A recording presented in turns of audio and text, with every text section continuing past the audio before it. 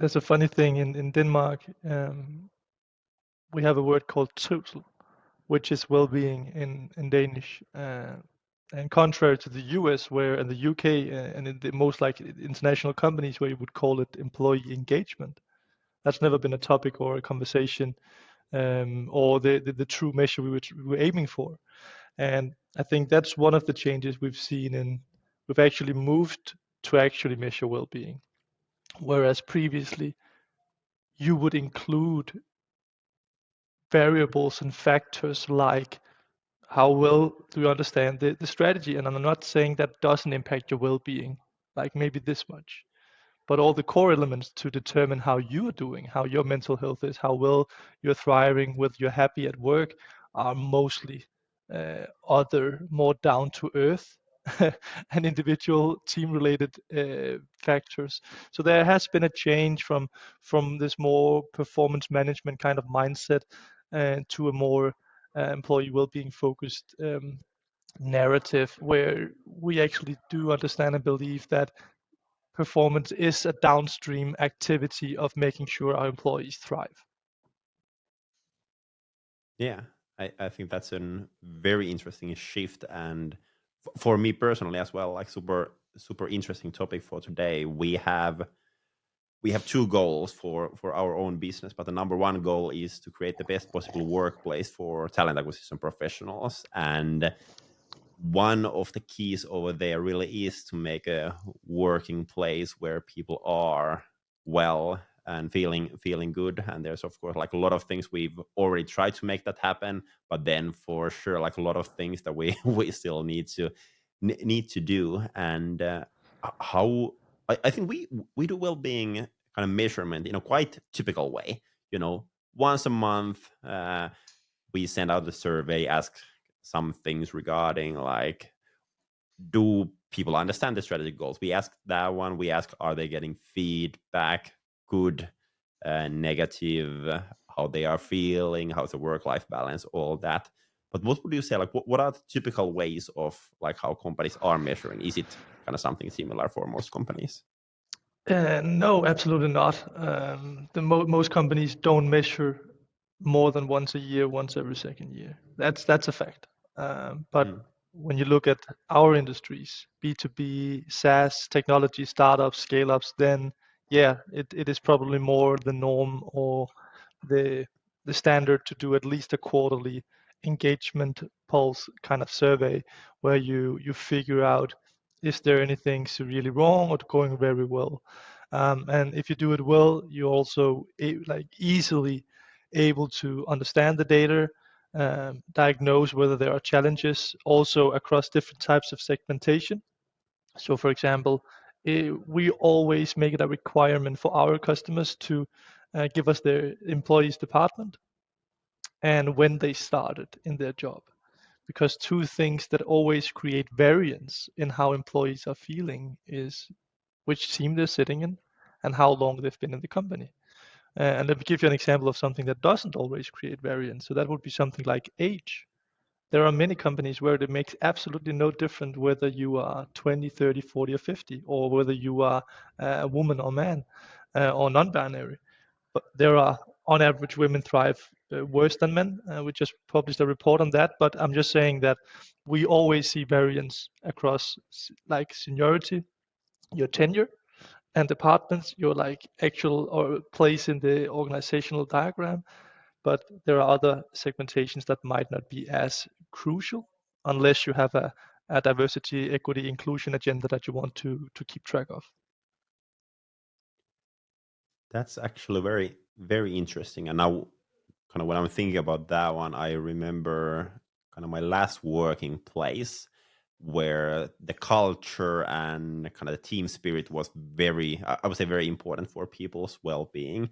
And we actually noticed there during COVID that actually those people who have joined the company before COVID, like they were able to work at the office, meet people, and all that, at least I felt like those people are kind of more happy, more Yeah. kind of well-being in a way, rather than those people who started during COVID, because then there wasn't the kind of opportunity to meet your colleagues over there. So very interesting, very interesting. we're such a young company that I don't have much data to support me or support or falsify that claim. I think you're probably right. So that's one of the things where we offer, like we try to say, think in segmentation, think in grouping. Like, okay, if 30% of your employees has a mentor because you do a mentorship program internally, why not look to evaluate whether they feel like they're developing more than the people who are not?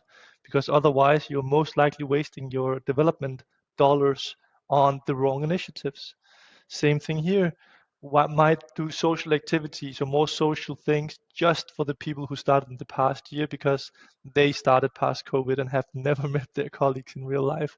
And and that's probably also one of the shifts that has been in the past 5 years, because the old guard, the incumbents in this industry, like the Culture Amps, the Pecan, those kind of companies, they solved a different need. Simply, companies 5 years ago were not looking to measure once a month. Most companies we call and tell them to do that, they still think we're nuts. So naturally, 5 years ago, that was not something you could sell to more than one out of 1,000 companies, like the most advanced frontier front runners companies. Um, so they built something else. You could build your own survey. You could take basically everything you had done more analog and manually within the company and use a digital tool like CultureAmp or Pecan to do that. And that was the next generation of digital tools supporting the HR and people and culture sphere with automatizations, better data, better visualizations, better insights. And now it's a natural progression that we want to measure more frequently, and B, use more AI. And to do that, we need to make sure we combine multiple data sources. So that's sort of where the next generation of tools are progressing, because the technology has changed, demands in the markets have changed. So that's probably the biggest process you have seen in the past 5 years, is that move from just digitizing what we already more because the technology is there. Yeah, yeah. And I was thinking, like, if we think about basically anything that companies are measuring, whether it's people data or sales data or marketing data, I think how most companies are doing is like you are seeing what happened in the past. Like, for example, for the employee well-being, like, hey, what happened last year or what happened last month? But like, how do we get it to next level? So for me as a founder, like, how do I know what's going on in our well-being next autumn? Like, how Yeah, do so I get that So kind in, of in, in predictive analytics, idea? just for the people maybe most of the listeners will likely not know, there are 4 levels of analytics. Level 1 is what's called descriptive analytics. That's, you get some stats. What's what? Okay, 22% of your employees are women. Great.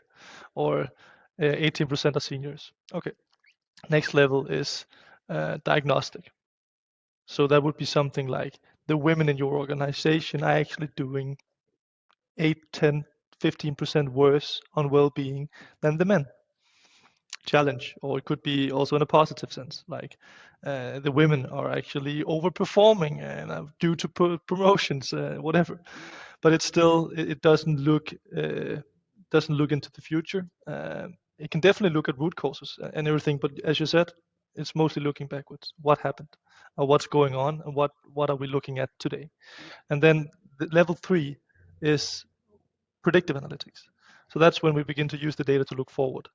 And the last stage is prescriptive, which is naturally the hardest to get at, because there you don't just know that. Let's say predictive would be, if you don't manage to have your women thrive as well as your men within the next 6 months, then risk of churn is 15% higher, 20% higher. You'll likely lose 2, 3 of your women within the next 6 months if you don't fix this cultural challenge. But there is no solution. It's just looking into the future for you if you don't change the status quo. But the last stage, level 4 analytics, that's prescriptive. That's where it will also tell you how to navigate to change the future. And that's what's pretty cool, because it honestly is being able to look around 2, 3 corners and tell you not to go around corner number 2 because you'll be hit by a bus. That is honestly where, like, technology analytics is heading, as long as you have solid enough, structured, centralized data, which is not easy, but that's where it's moving. So certainly, you should expect a platform that you choose today to either be able to do predictive analytics today, or at least showcase how close it is. Whereas prescriptive analytics is something that will take a lot of time to really hone in on, because that requires enough data to actually be able to tell you what to do.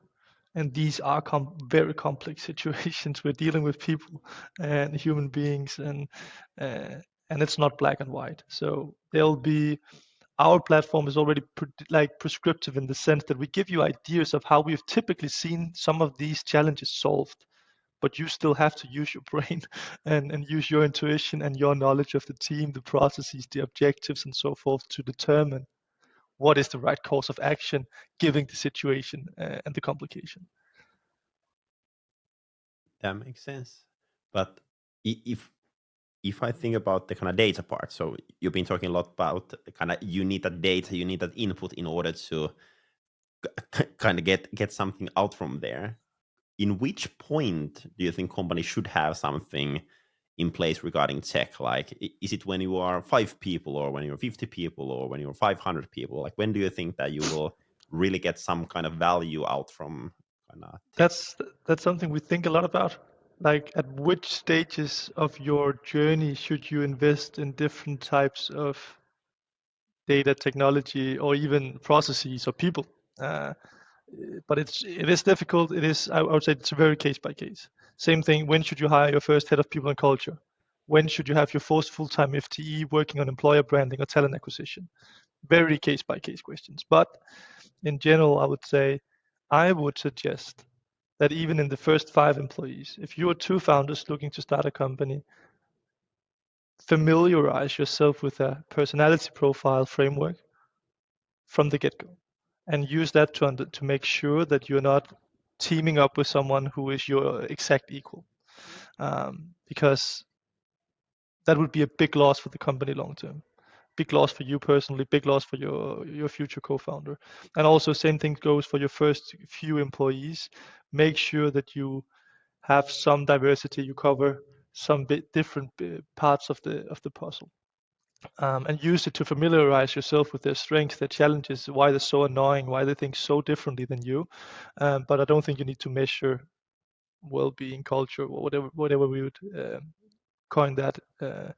And I think what we see is, if your people strategy is a central part of your success, so let's say you're an agency, let's say you're a startup, then I would probably suggest you begin measuring around 15 employees. Some a little earlier, but most right around there, so that you have 6 to 12 months of baseline data that you have used also.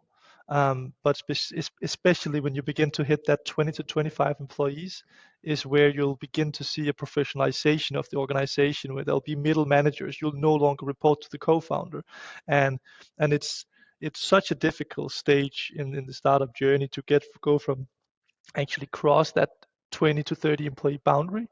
So there, I would definitely have it to understand what's going on in the different teams. We see companies start a little earlier if they're fully remote, for example. So because it is just a little more difficult to sort of sense or feel how my team really doing if you're not on site together. So they usually start a little earlier. But that gives sort of a range. I think that Yeah. the platform begins to give full value once you are enough people, that your core departments all have enough people that they can break the anonymity limit, and you'll have data on your, let's say, 3 to 5 teams, because then you'll have actual good data to use in your teams to discuss what's going on. That makes sense. That makes sense. And if I'm thinking about kind of well-being at work, and what has been the kind of biggest factors for me personally, there's of course, work-life balance, all that. But for me personally, I would say leadership is one of the key elements of being well-being in work. And I think I have both good experience and bad experience from this one. But what do you think? Like, AI is coming. Like, in the future, will companies have leaders, or is it AI leading people, and how all that will be kind of changing the leadership in companies? I see Zoios as a leadership tool first and foremost, as well as helping with organizational development, culture, and well-being. And we discuss a lot. Will it be a healthy journey, giving leaders more AI? What if they don't have to reflect themselves? Will they even learn, or are we just telling them what to do and they basically run around like robots navigating according to data, instead of also combining it with their human touch, their human intuition, how they sense the room. Um, but to be honest, that doesn't really worry me. I think behind all the bad leaders, there are, or at least the vast majority of the bad leaders, as well as the good ones, there are good intentions. And I think, let me give you a metaphor. So most people believe that robots are stealing jobs in production in the Western world. So in Denmark, Western Europe, the US, UK, oh, robots are going to steal production jobs. And all the advanced prognosis and forecast, when you actually look into it, say exactly the opposite. Because there is no chance that there are production jobs in Western Europe, US, UK in the future if we don't have robots. So production increases and demand for people on the floor in the production actually increases. So some of these things are rather counterintuitive. And the parallel I want to draw here is, imagine a manager or leader having to do a development plan for, let's say he has 4 direct reports. For all the people listening that have tried to sit down and build a development plan, that takes time.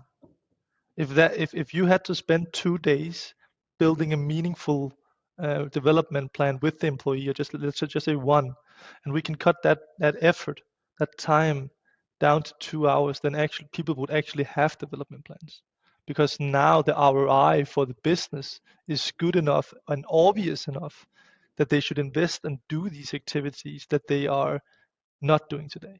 So I think that actually we'll see leaders be more leaders, as some of these things that are currently being undervalued a bit, in my opinion, will suddenly begin to actually see the light of day in a way more emphasized way.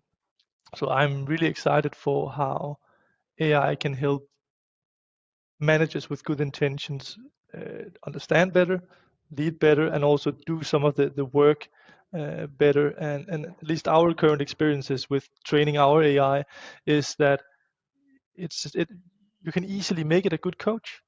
I mean, it doesn't have to be a consultant that tells you should do this, you should do that, where it doesn't take the manager's or the leader's perspective into account. It can ask very good coaching questions. So that's also what we're looking for. We want the managers, the leaders to learn so that they wouldn't have to consult the AI the next time. So that we actually do build a scalable process with our clients. But I mean, I'm also sure there are some terrifying examples of what AI will, will give us in the future. I don't know if that answered Do your you? question. It did. It did. Okay. And I kind of started to think about, kind of, from AI to leaders to employees, that like who's responsible of the well-being, because I feel like there is maybe at least from my point of view, I feel like a lot of maybe employees might be thinking that it's a company's responsibility or the manager's responsibility to make sure that that is a good kind of working place. And I disagree with that one maybe a bit personally. And I think like employees also have a big impact on that one. And for example, like how I've been thinking is like, as I mentioned, we ask kind of multiple questions from our team on monthly basis. And then for our monthly meeting, we're gonna go through the result, and we always pick the number that is the lowest. And then we kind of brainstorm together, like, hey, what we can do to get this number up. And I think most of the time, like, the ideas that I might have as a founder, they are not so good. But then when I ask like our people, like, hey, how you would fix this one, you typically get a lot of kind of good answers. And I think that's a kind of good thing in a way, to make sure that kind of everyone owns the well-being as well, not only the founder. What do you think? Like, absolutely agree. And I think most of the companies we see succeed well with this, they have the same mindset that you put forward there, that of course the executives making the big strategic decisions, the budget allocations, they need to make sure that be the first sort of line of defense in terms of, if they don't prioritize this, then it's probably not going to work. I mean, there might be teams that are working well because they have a good manager, but if the executives are not giving managers just a little bit of time at least to be a good manager or leader for the team, then it's likely not happening.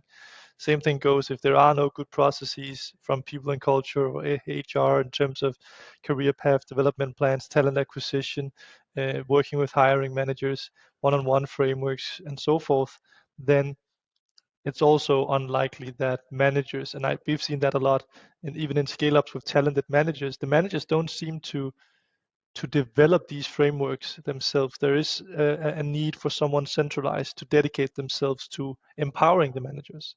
But then if those two things are in place, then it becomes the manager's responsibility together with the team to ensure these things. And your company, our company is at a stage where we talk mostly with the team, being the company. And naturally, as we progress more, it'll be more and more team conversations, which will make sense. And there, the employees need to own up as well, because they are a huge part of what's going on. And that's something we think is very important. So, for example, one of our questions is related to support and guidance. You could call it, probably translate a little bit to your leadership, but not completely. We don't measure leadership. We measure more uh, upstream needs. So something like support, for example. One thing that's challenging when measuring these things is that support, people have different levels of need for support. So that's one.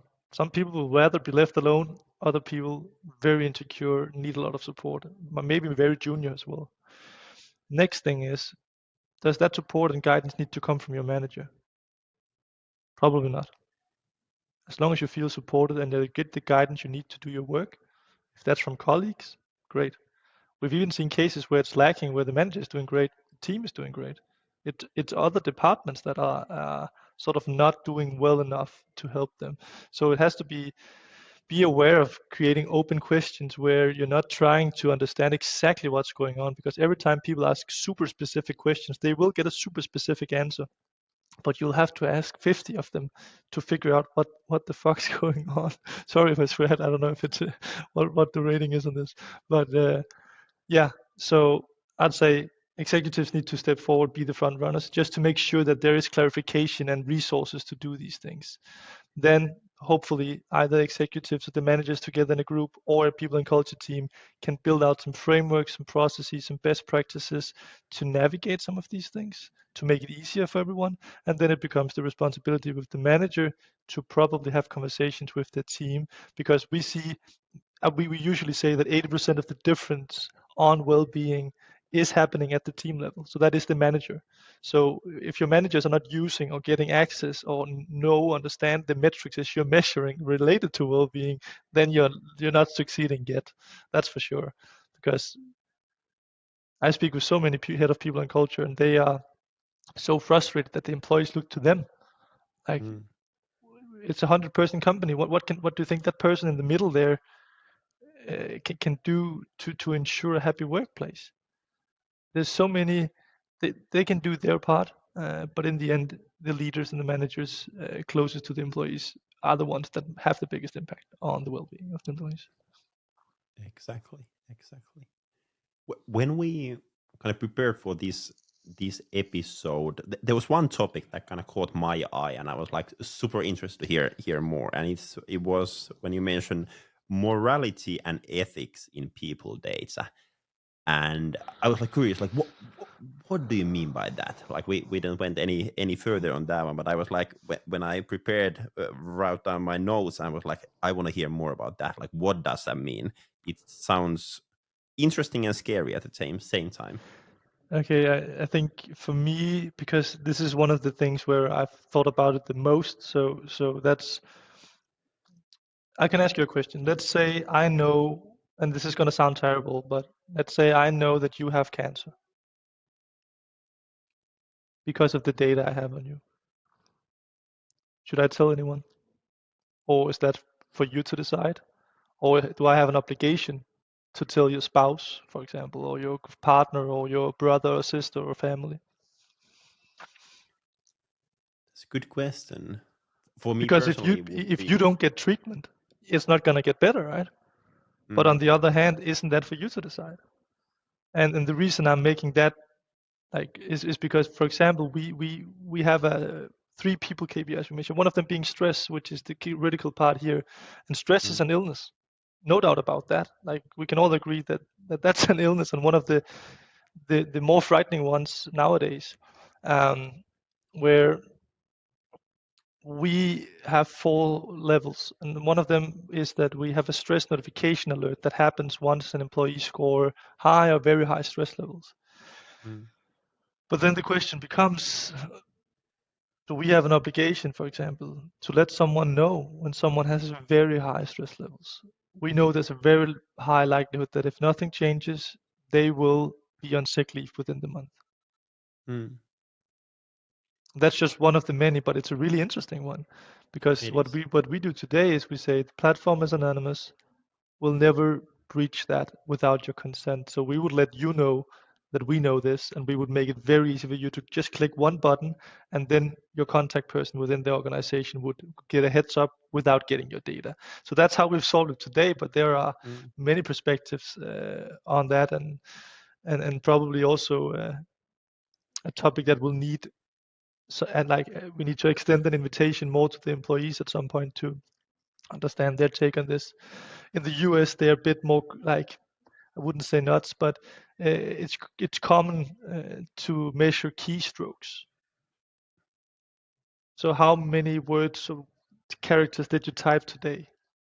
mm, Which in Europe is just plain crazy from a privacy and trust perspective. Um, we would accept that. Okay, if you are hired as a sales development representative, we do track how many calls you make. That's mm, fair, but we would not track the keystrokes. And also, then in theory, someone sort of knows what you've been writing on your keyboard and so forth. So that's another place where there's a divide between North America and Europe, on a people data related moral and ethics question. mm. Super interesting. Super interesting. But hey, lastly, a interesting topic. This wasn't something I planned, but this came to my mind right now. I think that well-being is important for sure, and that's something that we really try to focus in Talent B as well. But at the same time, I feel every now and then that it's gone too far in some ways. That like work needs to be super fun. And what I mean by that is like uh, still like if we think why people are working, it's for most people it's mainly because like they want to make money, and kind of in exchange for the money like companies should be getting the value. But have you noticed this? Because I've noticed sometimes that like some people think that work should be too easy, like there shouldn't be anything hard at work, there shouldn't be hard customers or anything like that. And sometimes I feel like it's important topic for sure, something we focus, but sometimes I feel like it's over a top and we try to create kind Oh of yeah. too good working place in a way. Oh yeah. I agree. Like that's one. It's a thing that's fluid and in flux. So we'll need Mm, to see where it's going to end up, and it's not going to end up because it's going to change again, because that's a constant thing in motion. But right now, the shortage of talent in Europe and the US is severe. So it's very hard to find and attract the right people. There's a big fight for it, which also increased the power dynamics. So employees have more to say. We are catering to their needs. Employees need to do better. Employers need to do better, and employees can sort of sit back and in energy drinks, better coffee, the cappuccino machine, and it shouldn't be benefits and perks related, right? But that's one part of it. But yes, so employers, companies are stretching towards the employees, and at some point we'll need to find where to draw the line, and each company will need to figure out where to draw the line, and where enough is enough. But right now there's definitely a narrative where the it's been going the whole point of negotiation power has been going towards the employee, and that can for someone running a company be very challenging. Not even narrative, but it can. I understand your feeling that it can get to a point where it feels like, but can we also agree that sometimes we need to sit down and do 6 hours of boring work, be efficient, and then we can go home, and that's also an honest day of work. But let's see where it ends up. I'm not sure. I think it potentially work needs to be fun. That's been a slogan of ours. That doesn't mean you cannot do serious work. That doesn't mean you cannot be told off or be told you're not doing good enough, or have other candid conversations. But overall, work should be fun.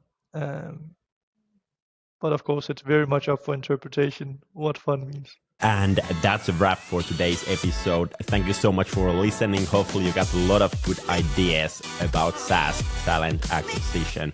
If you enjoyed the episode, feel free to share it on your social so others can hear it too. And if you have a topic in mind that you would like me to cover in this podcast, share it with me as well.